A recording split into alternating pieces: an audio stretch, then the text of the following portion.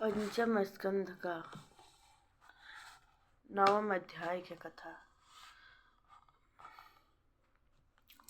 श्री कृष्ण पांडव सभी गए भीष्म के पास, प्राण त्याग भीष्म कियो निज मन की सभ्यास। सुत जी बोले, हे सौनक जी, जब धर्मराज युधिष्ठिर इस प्रकार अपने वंश से दुखी हुए तब अपने बंधु बांधव तथा भगवान श्री कृष्ण को साथ लेकर कुरुक्षेत्र में भीष्म पितामह के पास गए। भीष्म जी सरसैया पर पड़े हुए अपने अंत समय की प्रतीक्षा कर रहे थे। भीष्म जी को देखने के लिए उस समय सभी ब्रह्मर्षि, देवर्षि तथा राजर्षि वहां पर उपस्थित हुए।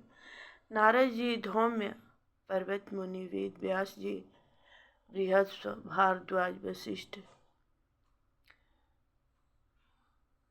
इंद्रप्रमद शिष्यों सहित परशुराम, गौतम, अत्रि, सुदर्शन मुनिगण उन भरतवंश शिरोमणि भीष्म पितामह जी के दर्शनों के लिए कुरुक्षेत्र में पधारे। भीष्म पितामह जी धर्म देश काल को भली प्रकार समझने वाले थे। उन्होंने उन सभी ब्रह्मर्षियों, देवर्षियों तथा राजर्षियों का धर्म देश काल के अनुसार यथेष्ट सम्मान किया। भीष्म जी भगवान कृष्ण को भली प्रकार से पहचानते थे। उन्होंने उन जगदीश्वर का सम्मान तथा पूजा अंतःकरण तथा प्रत्यक्ष में भीतर बाहर दोनों प्रकार से की।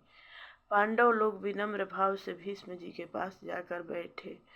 उन्हें देखते ही भीष्म जी के नेत्रों में से प्रेमांसु छलक उठे।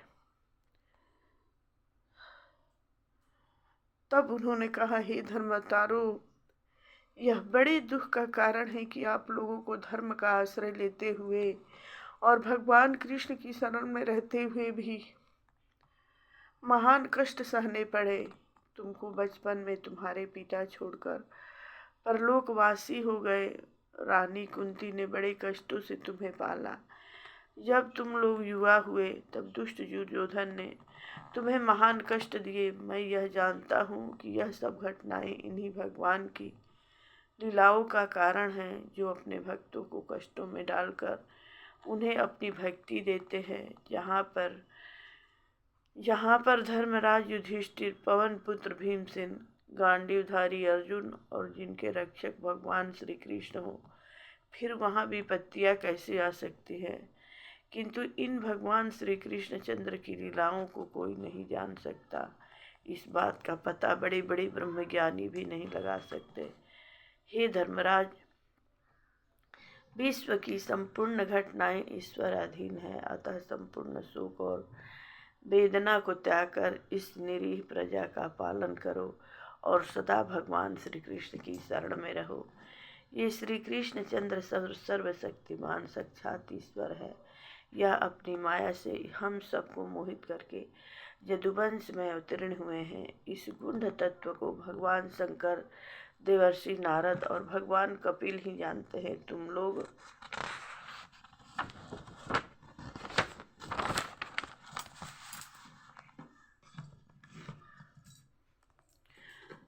तो इन्हें मामा का पुत्र, अपना भाई, अपना ही मानते हो।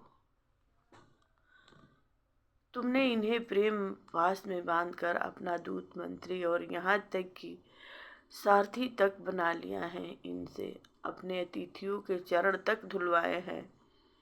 सर्वात्मा स्वयं भगवान है।